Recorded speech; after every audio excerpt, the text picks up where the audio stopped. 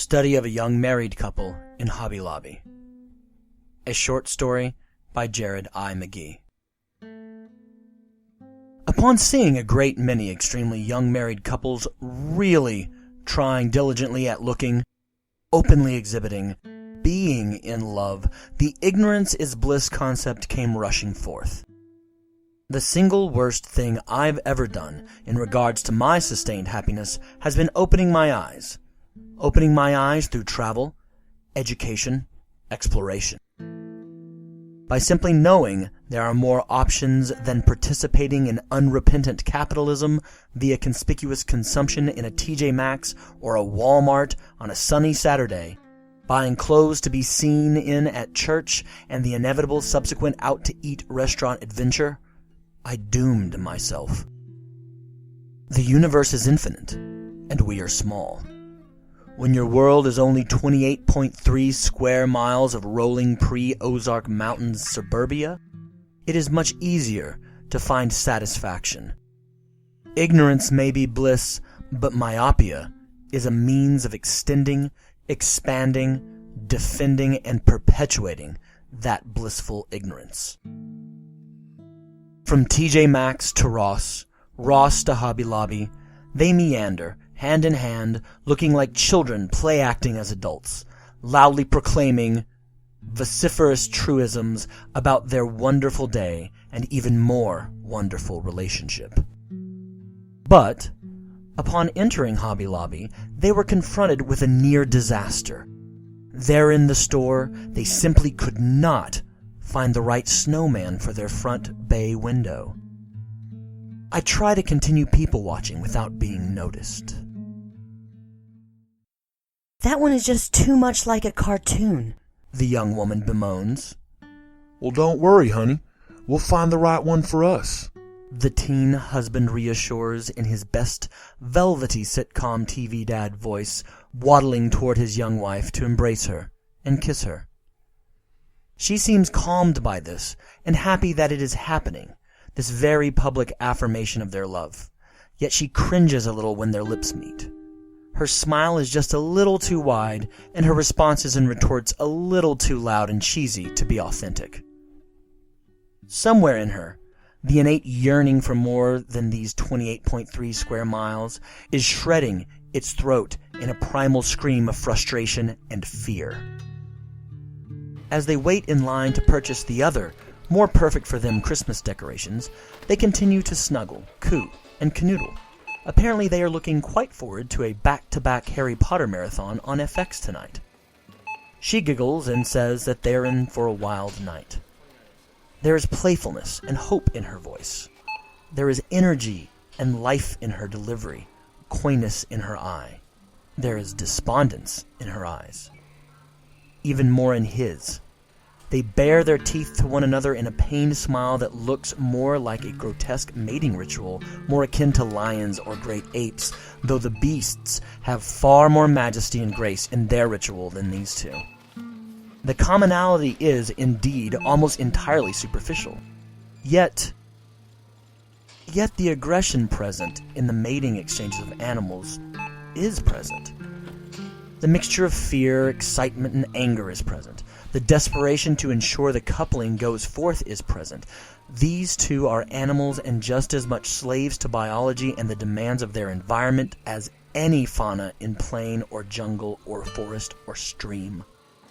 The line clears, and they make their way to the cashier, eager to pay for their items and move on to their next shopping venture. Did you find everything you needed today, sir? Why, we sure almost did, the young beau replies. The cashier looks a bit puzzled and asks, Is there anything I can help you find? It's the young belle that answers her. No, ma'am. Everything was perfect in the store. We just didn't find the snowman for us. It just has to be the right one to take center stage in our front window. Oh, ma'am, I sure do understand. Just so y'all know, we get a new shipment in every Thursday morning, first thing. Y'all come back and see us again in 5 days, and there will be a whole nother army of snowmen here. Well, thank you, ma'am. Such great news, right, honey? Yes, baby, that's wonderful. Now, how much do we owe you?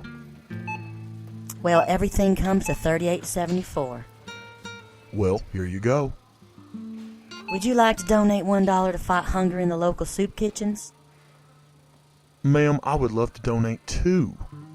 So generous, sir. Thank you both, and God bless.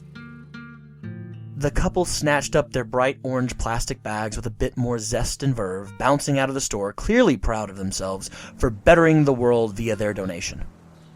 They climb into the new silver Nissan Altima his parents bought them, buckle in and get moving.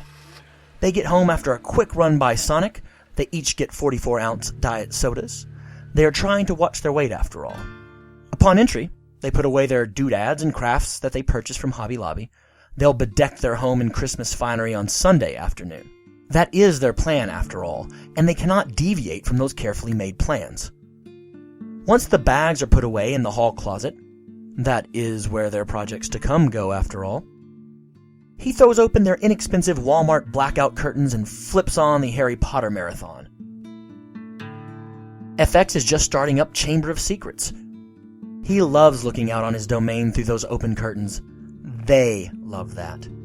If and when a neighbor drives by, they can see inside their bubble of domestic bliss.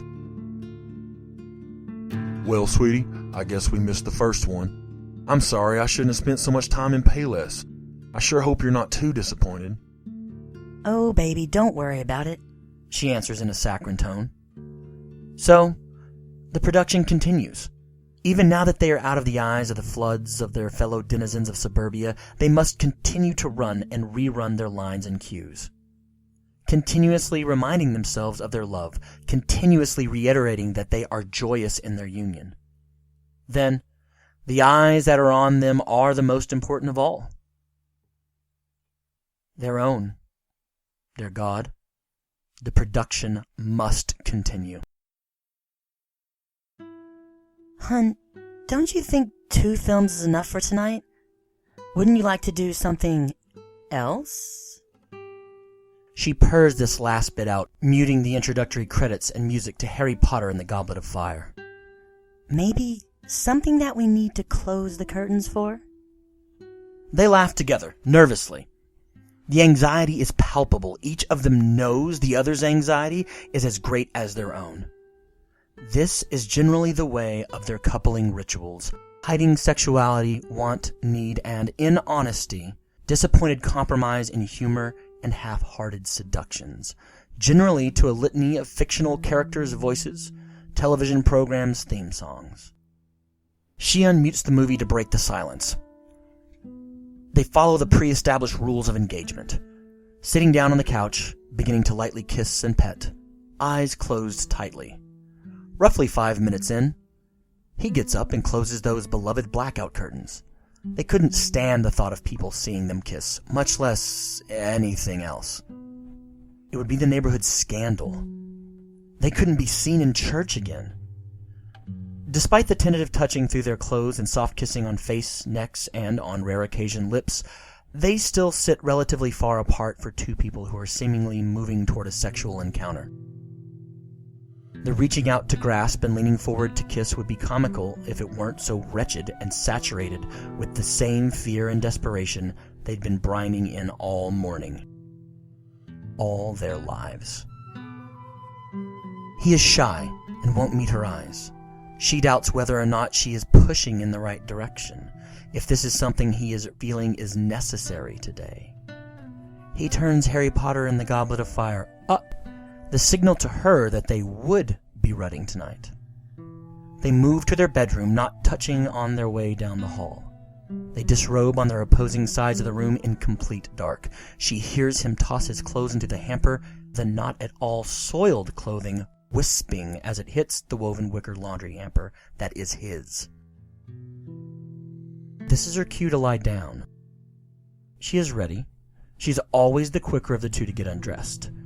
They have been married for over a year now, but he is still slow to allow himself to get naked near, for, or with her. She climbs onto their Casper mattress that they'd so daringly, audaciously ordered from the internet, lies down, ensuring her thick brown hair is not bunched up behind her head, spreads her legs wide, and exhales a shaky let's do this sigh. This is the one piece of any and all of their interactions that incites some electricity in her. In the pitch, she has to simply wait for him to enter her. No warning. No caressing. The warm-up was finished on the couch. When he does, they both try to act like the one movie they've each seen. That one internet video they surreptitiously watched before their wedding night. The mimicking, staying within the bounds of decency and reason, of course. There is hand-holding. There is no kissing. There are clenched shut eyelids. There are no other unnecessary interactions. They stay the course. They finish, knowing they've each done their duty to the other. He exits the bedroom after hastily dressing in his pajamas. She turns on the bedroom light to inspect herself and their bed before cleaning up. The comforter isn't even displaced from her meticulous making of it from before their shopping trip. The only remnant of their union is a small bit of perspiration left from her back. She examines herself in the floor-to-ceiling mirror on her side of the room. She has some beads of sweat just below her hairline, but other than that, she can hop right back into her clothes and be ready to rejoin Harry Potter and his friends on their adventures. Her body already has an extra 20 pounds that was not there before. She will go to the gym more. She heads into the connected bathroom, washes her face and hands, and sits to use the restroom. He hates that she always feels the need to pee after they make love. He feels like that is a way of minimizing pregnancy. She's already foregoing the pill, and she constantly reassures him that this is not a means of sidestepping their shared goal of getting pregnant. Still, it makes him uncomfortable. No matter. Shortly they will both disappear back into the fantastical worlds of J.K. Rowling and forget all about the oddity that is their sex life. She looks at her watch. From start to finish, they sacrifice just under an hour from couch to urination. They'll be able to catch more of the film before bed. Her friends that have been married for much longer than her often speak of sessions that only last 15 minutes and are very straightforward and to the point, avoiding the pretense of affection and foreplay, allowing both parties a quick, easy sexual release, sans all the make-believe and grasping at something that had long since been gone or had never existed. And for even quicker re-engagement with one's Saturday night movie selections. After another round of hand-washing and redressing, she heads back into the living room. He has her drink drained onto new ice that he's crushed himself. This is his thank you, a means for him to demonstrate his thanks for her joining him in his venture. It's sweet, really. They smirk at one another almost conspiratorially, ease down onto the couch side by side, bump their oversized glasses, his a styrofoam Sonic cup and hers a cheap Walmart-bought plastic job, together in a cheers, and settle back into FX and the joys of the continued marathon. He can smell her still. He avoids showering so that he can extend this experience for himself. He never washes her off of him. Later, when she's lost interest and fallen asleep hours before him, he will take care of his remaining energies not spent on their time together tonight, using that smell alone to push him toward another climax. Once every now and again, he does look at a picture or two online. Only for a moment, though. He glances over at her and smiles for now. There are times that he just knows that he loves her and that she loves him, but without branching out and seeing if others are any different, no. He will not entertain those thoughts. He just can't. She can't help but smile back as he beams his goofy, cockeyed grin at her. Those deep, symmetrical dimples remind her of why he caught her eye in the first place. She wishes she could convince herself that she loves him and that he loves her. She thanks God that he stays in the living room for hours, giving her the time to take care of that pent-up sexual need that remains after their thankfully ephemeral couplings. She thinks back to the imperfect snowman and wishes she would have taken the risk on it. It might have proven to be perfect.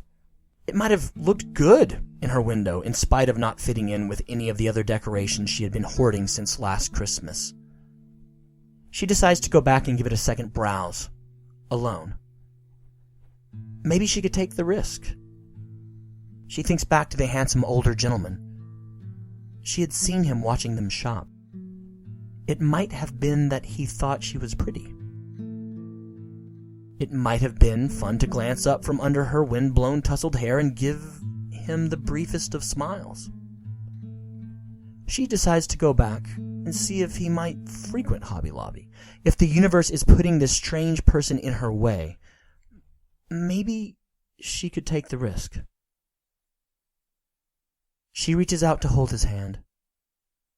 He grasps hers lightly and turns the volume up. Thank you for listening to Study of a Young Married Couple in Hobby Lobby, a short story by Jared I. McGee.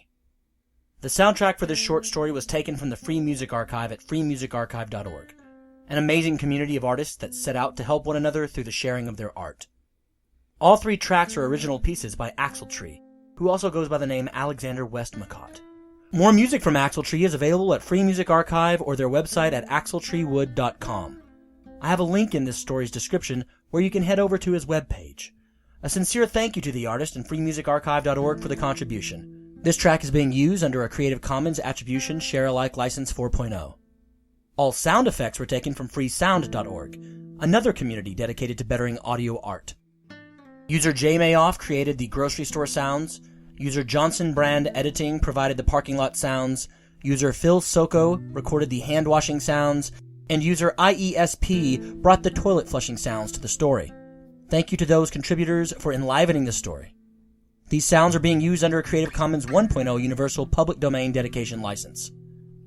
I hope that you enjoyed this story, and that you will keep your eyes peeled for the next short story from Prose with me, Jared I. McGee. This week we do have 2 more stories coming up, so stay tuned.